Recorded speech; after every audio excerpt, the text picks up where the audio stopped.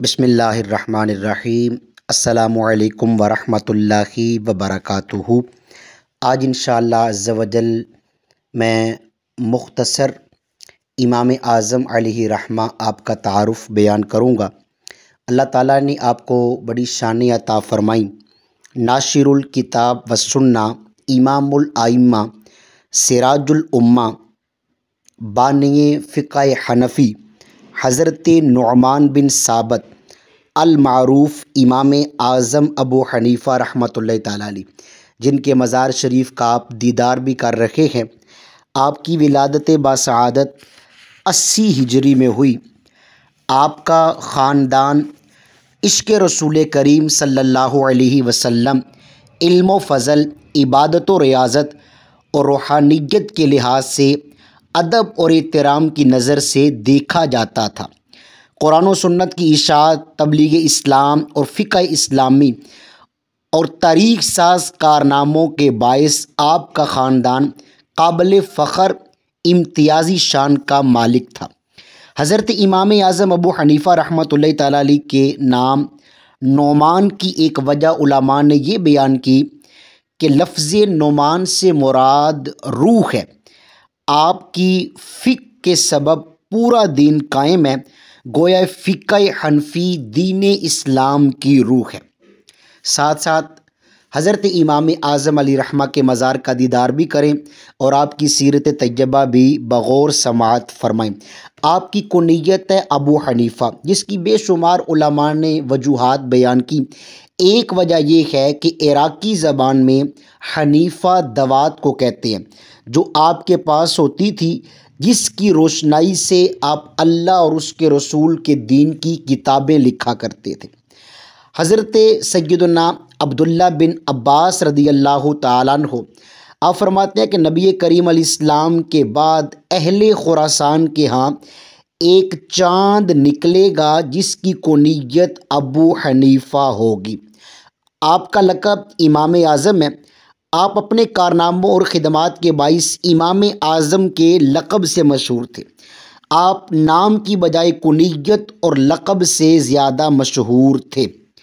اللہ تعالیٰ نے آپ کو حسن بھی بہت عطا فرمایا تھا۔ اللہ تعالیٰ نے آپ کو شانیں بھی بڑی عطا فرمائی تھی، اور آپ تابعی بزرگ تھے۔ تابعی اس اللہ کے نیک بندے کو کہتے ہیں جس نے ایمان کی حالت میں کسی صحابی رسول کی ملاقات کی ہو اور ایمان پر ہی ان کا خاتمہ بھی ہوا ہو۔ امام جلال الدین السیوطی شافعی رحمۃ اللہ تعالیٰ علیہ نے لکھا، آپ فرماتے ہیں کہ بے شمار صحابہ کرام سے ملاقات جو ہے نا آپ کی ہوئی، جن میں بہت بڑا نام حضرت سیدنا انس بن مالک، حضرت سیدنا عبداللہ بن حارث، حضرت سیدنا جابر بن عبداللہ، اور اس کے علاوہ اور بھی صحابہ کرام سے ملاقات آپ کی ثابت ہے۔ رب تعالیٰ کی ذات نے آپ کو بڑی شانوں سے عطا فرمایا، اور اللہ پاک کی بارگاہ میں امام اعظم کا مقام کیا تھا۔ سیدنا امام اعظم نے اپنی زندگی میں 55 حج کیے۔ جب آخری بار حج کی سعادت حاصل کی تو خدام کعبہ مشرفہ نے آپ کی خواہش پر باب کعبہ کھول دیا۔ آپ عاجزی اور انکساری کے ساتھ خانہ کعبہ میں داخل ہوئے اور بیت اللہ کے 2 ستونوں کے درمیان کھڑے ہو کر 2 رکعت میں پورا قرآن پاک ختم کیا۔ پھر دیر تک رو رو کے مناجات کرتے رہے۔ آپ مشغول دعا تھے کہ بیت اللہ کے ایک کونے سے آواز آئی، تم نے اچھی طرح ہماری معرفت پہچان کی اور خلوص کے ساتھ خدمت کی، ہم نے تم کو بخشا، اور قیامت تک جو تمہارے مذہب پر ہوگا، یعنی جو تمہاری تقلید کرے گا، اس کو بھی بخش دیا ہے۔ دیکھیں اللہ تبارک و تعالیٰ کی بارگاہ میں امام اعظم کا کیا مقام ہے، اور پھر نبی کریم علیہ السلام کی بارگاہ میں سبحان اللہ۔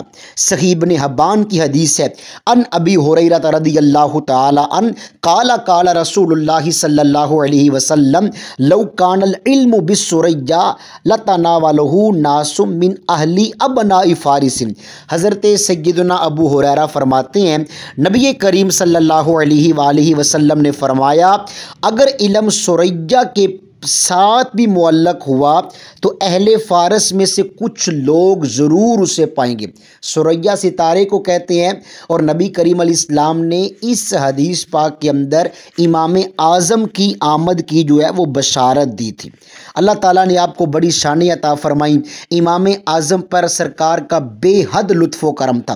مدینہ منورہ میں آپ نے سرکار کے روضہ اقدس پہ اس طرح سلام کیا، السلام علیکہ یا سید المرسلین، تو میرے آقا کے روزے سے جواب آیا وعلیک السلام یا امام المسلمین۔ تذکرۃ الاولیاء کے اندر یہ بات موجود ہے۔